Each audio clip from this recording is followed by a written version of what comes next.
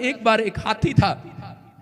और वो दलदल में गिर गया। जब वो दलदल में गिरा तो उसी समय कि राजा ने कहा इसको क्रेन बुलाओ, रस्सी लगाओ, कुछ भी करो, उसे बाहर निकालो। बहुत कोशिश किया लेकिन बाहर नहीं निकला। जब वो बाहर नहीं निकला तो राजा थक गया और उसने कहा छोड़ परे, मरने दे इसको।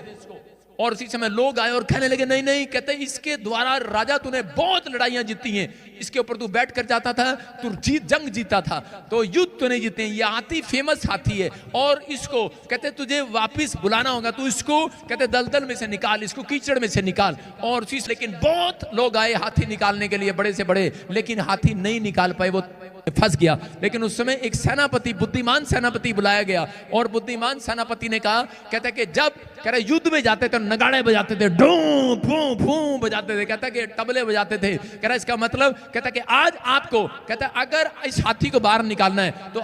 वही नगाड़े वापिस लेकर आओ, वही तबले वापिस लेकर आओ और बजाओ, और हाथी के अंदर पावर आएगी और वो निकलेगा बाहर। और जब नगाड़े बजाए गए, हाथी के अंदर एक नया जोश आया और दलदल में से बाहर आ गया, बाहर। मैं कह रहा हूं याद रखना, कह रहा जितने पाप में फंसे हुए हैं, जितने कह रहा है कि दलदल के कीचड़ में गिरे हुए हैं, जितने बीमारी में गिरे हुए हैं, जितने अविश्वास में गिरे हुए हैं, जितने दलदल के कीचड़ में गिरे हुए हैं, जितने किसी के बहकावे में आ गए हैं कि छोड़ यार कुछ नहीं होने वाला, और लोगों के साथ कहता है कि पाप में गिरे हुए हैं, इधर उधर फंसे हुए हैं, दलदल कीचड़ में फंसे हुए हैं, मैं कह रहा हूं यीशु मसीह बादलों पर आएगा, ग्रेस एक मौका देगा, वो फिर से मौका दे रहा है, कहता नगाड़े बजाएगा वो बादलों में आकर, कह रहा और कह रहा नगाड़ों के साथ आएगा यीशु मसीह, नगाड़े के साथ करें कि जो कीचड़ में फंसे हुए जो पश्चाताप कर लेंगे वो कीचड़ में से निकाल कर उन्हें ऊपर ले जाएगा।